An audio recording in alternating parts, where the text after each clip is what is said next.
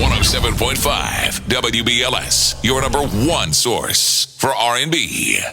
The beautiful and talented extraordinaire, our dear friend of song, Miss Regina Belle. Could you say that again? It really needs no introduction. I mean, your voice is so identifiable. Thank you. Your body of music is irreplaceable. I mean, you have made and given us a wonderful body of music to appreciate you by. So even in the downtime that you've taken from time to time, we still can embrace your music. It's still relatable to this day, and it just touches us in a special way. So I don't know how to sing anything that doesn't touch me. I kind of figure that if it doesn't strike a chord with me, then 9 times out of 10, even if I'm singing it at the best of my ability, it's probably not going to hit anybody else. So, when you first embarked on the scene after you did that song that we just played with you being featured with the Manhattans, show me just your sound was different at the time. Who were, for those of you who may not be familiar with Regina Belle and the early history of you, because as I was sharing with you before we got on air tonight, sometimes the slightly younger generation heard the song, right, but may not know the artist. So Correct. For even some of the older generations who are new to us and may not know the body of work that you have done, kind of just share with us briefly your influences and to help build up your style. I was trying to find myself. My favorite artist was Nancy Wilson, Billie Holiday, Donny Hathaway, Pastor Shirley Caesar. Wow. And that's quite a mix, I know, but each of them give something different, but they all exude a certain power, and they command the audience who's listening. So I felt like if I could get a little piece of each of those, then Regina could spring forth, and I would really have something. Well, the people who you just identified are so iconic in many ways.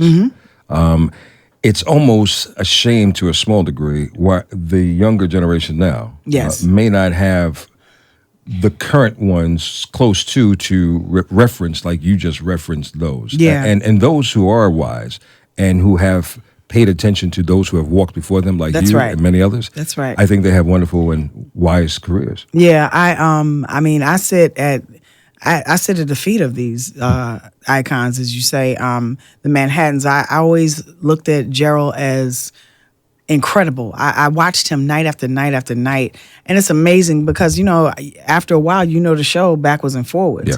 But it never gets old. It never gets tired. So I would, I asked Blue, would it be okay if I learned the steps so I could stay on stage with them?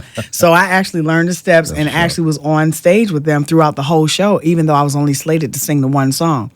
And, I came across people, I got to meet people that I adored, Patti LaBelle and Gladys Knight and Phyllis Hyman and Peebo Bryson and the OJs and the Delphonics and oh my gosh, the list just goes on and on and on. So you appreciate male R&B singers just as much as the female Absolutely, R&B singers. absolutely. What did you get from male R&B singers as a female singer? Well, for me, it's about tone. Donny Hathaway had an unmistakable tone that could make you cry. And he didn't really have to sing a high note. It was something in his voice that reminds you of when Martin Luther King speaks. Wow. So when you hear the falls, the highs and the falls when Dr. King spoke, that's how I think of Donny Hathaway when he sings, when he takes you there and then he comes down really soft. Yeah. And it's his ability to tell a story. Day life began. Yes. When did that day start for you? When you received God in your life? The day life began, it kind of, I think it can entail many hallmark moments in your life. The day I found out that God really does answer prayers. Prior to having children, I had suffered 5 miscarriages. Oh, wow. And I have 5 children now. So for every loss you gained. Yes. Look at God. I mean, amazing. The day life began when I realized that my parents weren't the enemy. And that it took so much of their dues paid to get me to where I am, to really respect and love my mother and my father in a whole nother way, because of all of the stuff that they did so that I could be who I am. You know, it's a lot of, it's a lot of Hallmark moments. And you know what? You've taken us through a lot of interesting situations with this particular project. And this project is really different for you. Yeah. Because you did a combination of R&B and gospel. Yes. And I had a chance to preview it. So I like to go into a song called Imperfect Love. Yes. Can you expand on that? And how did this song come to you? It's actually kind of funny. I was up about 4 o'clock in the morning. My husband was up doing a puzzle. And I sang a little bit of the song to the track, and I was trying to figure out where I wanted to go. And because the song is kind of vintage R&B, I mean, when you hear that song, don't you think about the 70s and you know that kind of slow music that just really took you in. It takes you places. Yeah, and so I started writing based on that, and I was singing a little bit of it, and he didn't even look at me. He was doing his puzzle and said, "You already wrote that," and I was like, "No, I didn't. I just wrote that just now." He said, "No, I mean, you already wrote that." And so what he was saying to me is that this song has been written 1,000 times. And he reminded me, he said, "Gene, even when you're doing R&B, you still have to minister. You still have to use your music to help people." And so he said, think about relationships. When people come together, it's never perfect. He said it's never 100%. It's always somebody got to give 50, somebody got to give 60, somebody give 40. Sometimes somebody give 100, and the other person gives nothing. But can it work like that? Well, and what he's saying is that it's never always balanced. That it never is. People come into relationships with baggage, and he says, so you need to speak to that. You need to minister to that. You need to write the lyrics to that. And so, I'm old school. And even though I back up stuff on the computer, I still write things out on paper. Hey. So I just took the paper, threw it away, and started over. And I started talking about imperfect love. And, the first part of the lyric says, "It's been so hard, I know most would have left. I made this journey rough because of all the things I've been through." So the song is saying, I've been through so much that when I came into the relationship, I can't believe that we're still together. Wow. So, well, they say that I've heard couples reference this often when they say she's not perfect, but she's perfect for me. That's right, and that's what makes the love perfect. The imperfectness, if you will, in that love, because it's imperfect because there's nothing that is 100%. But when you come together, it's the best possible fit. And so that's what makes it perfect. Of course, this is Women's History Month. You are historical. You've done some milestones. You are a first lady. If you heard me say first lady, you probably thought I was talking about politics. But no, she and her husband are pastors in a church in Atlanta now. 2 churches. 2? Yeah. Oh, the last time I saw you had one. Right. When did the second one come up? Spread the Word Church Ministries is the newer body. And New Shield of Faith is the ministry that we have been pastoring for 9 years now. Both in Atlanta? Spread the Word is in College Park. Okay. And New Shield of Faith is in Atlanta. Well, I got to get that. Yes, you do. Say no more. I'm coming. You got to get your miles together, I got to get my mind together, my spirit together, that's for sure. So this has been a blessing. And the purpose why you and John Battle was her husband, by the way, wanted to start up this ministry. We actually have been in ministry a long time. Prior to him having any sort of pastoral duties, we were doing Bible studies out of our basement. And we ended up one night, we had about maybe 60 or 70 people in our basement. People from the men's shelter would come over. Pastor would find a way to, get them over there. Wow. My daughter Ty was doing children's church so that, the parents could be free to get a word and their children were getting a word. So it's kind of been a part of who we are for quite a long time. So when God blessed him first as an associate pastor to the church we were attending, Little Vine Baptist Church, we then moved on to New Shield of Faith, where he actually, from associate pastor, ended up being the pastor. Wow. So it's been a journey. It's been a ride, But a great journey. Yeah, it has been. It has been. It's hard though. Let me be clear. Be clear. You know, you this is not a place if you don't have the relationship with God to deal with people. This is not the place for you. Well, look, for that matter, you have to learn how to just deal with your mate. Well, there you go. Because we have a high rate of divorce these days. Yeah. So I'm hoping, obviously, with the positions that both you and your husband are in, you're counseling a lot. Well, we do, and I think the greatest counsel of all is for us to walk hand in hand, for us to do what we do, and for folk to see that, for us to be transparent and not try to live behind walls. You know, there's some Sundays he'll come in church, she said, you know, she got on my last nerve this morning. And even though the congregation will be cracking up, and he'll be looking at them, no, seriously, she got on my last nerve this morning. I wanted to let her out on the way here. But they understand that, you know, we go through what we go through, but at the end of the day, I tell them all the time, if you try to leave me, here we go. The word said, till death do us part, I got to kill you. No, don't. Look, let's not forget that Regina's from New Jersey. She's from Inglewood. Inglewood, New Jersey. Don't get it twisted. She's in Bergen County, New Jersey, which you started singing there, I mean, in church. But so you can go back home and bring it to you. Now, wait, how did you and John meet? We met at Rutgers University in my freshman year, 1981. Wow. And we were best friends. And, you know, it's amazing because now when we talk to people, they're like, I knew you were dating. It's like, I promise you we weren't dating, you know, but nobody believes us. But in any case, he's always been my best friend. You know, when he graduated and I had 15 credits to go, and I went on the road with the Manhattans.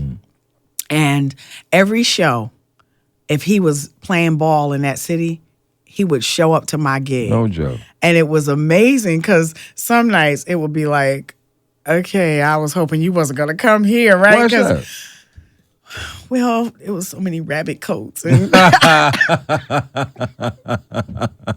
okay, well, that's true love. That's true love. That's and appreciation. true love. He came to all of them. He came to the theaters. He came to the arenas, and then he came to the really small clubs. So he proved by him. Okay, now this is before it got serious. So you we're knew, still just friends.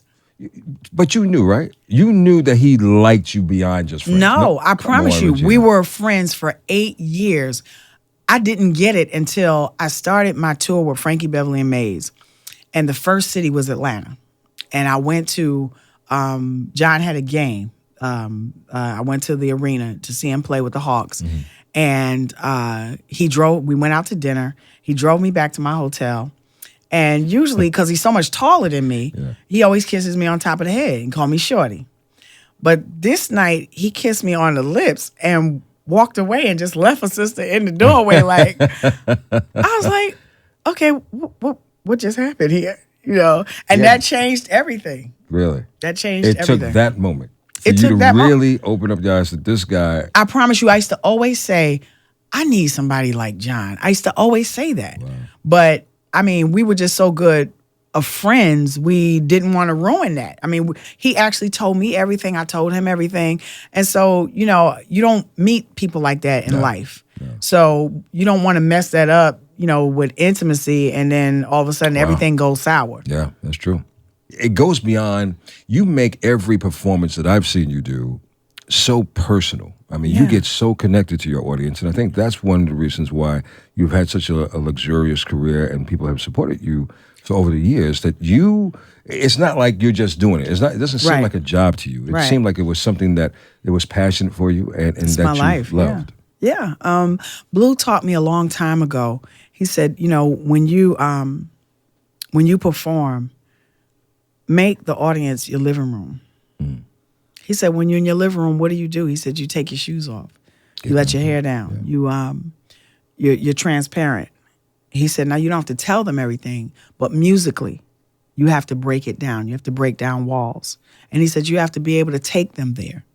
And he said, that's going to be the key to you holding on to an audience for years and years to come, through hit records, through not even having records out at all.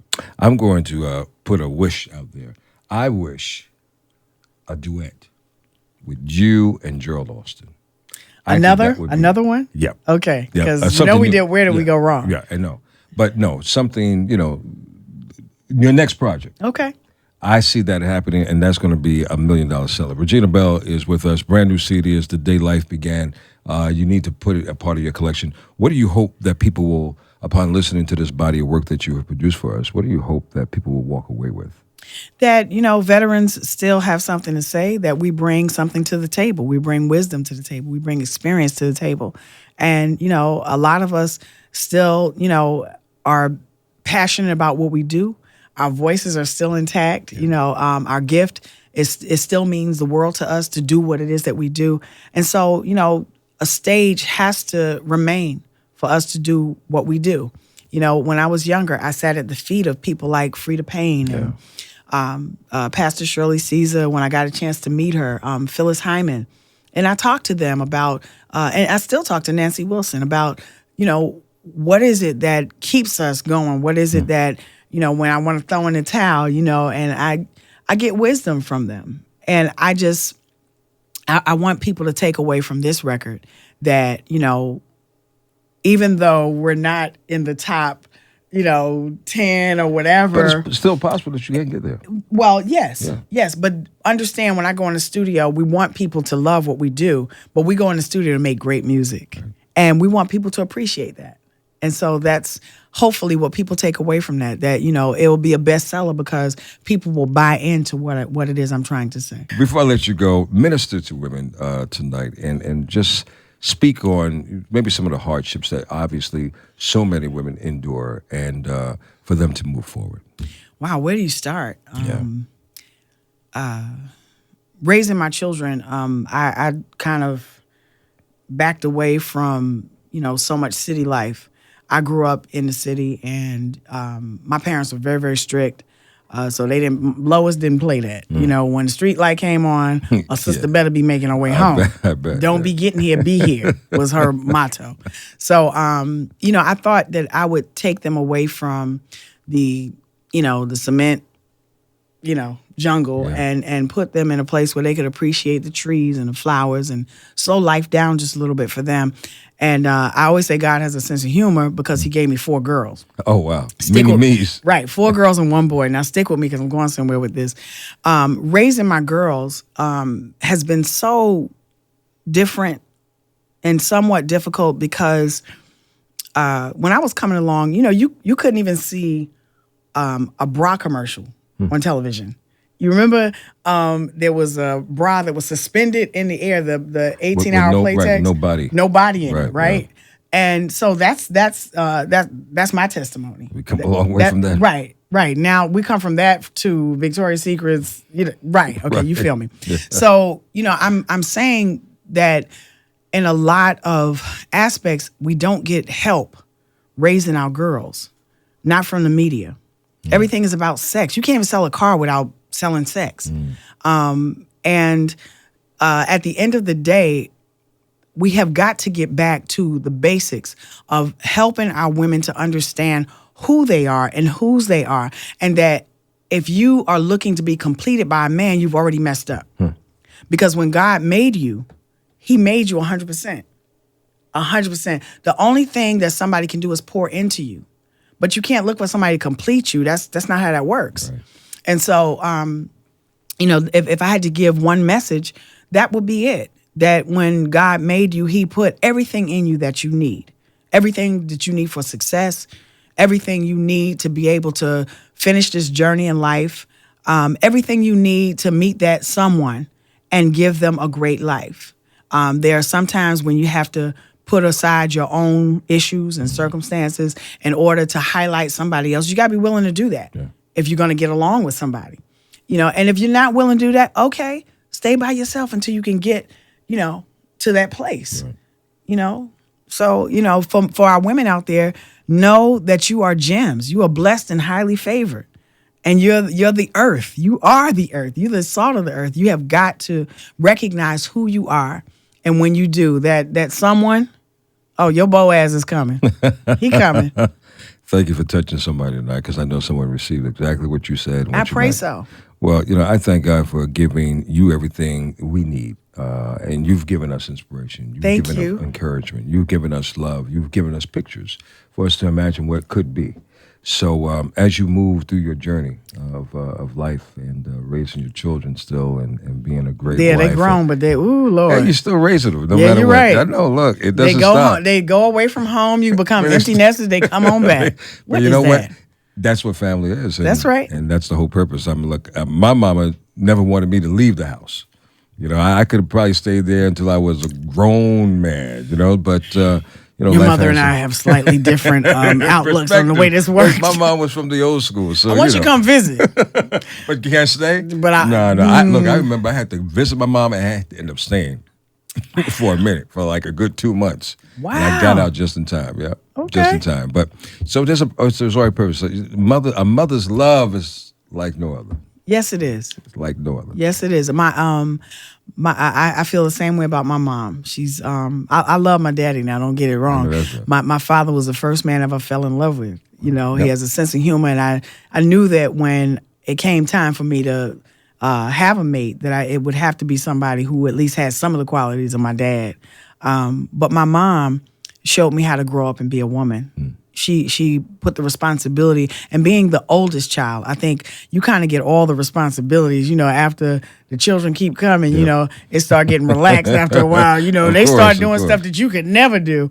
But I thank God for my mother, because like I said, that was one of those, the day life began moments when I really realized, how many dues she had to pay and all the sacrifices that she made for me and my brother to do what she does. So The Day Life Begun, brand new CD album from Miss Regina Belle.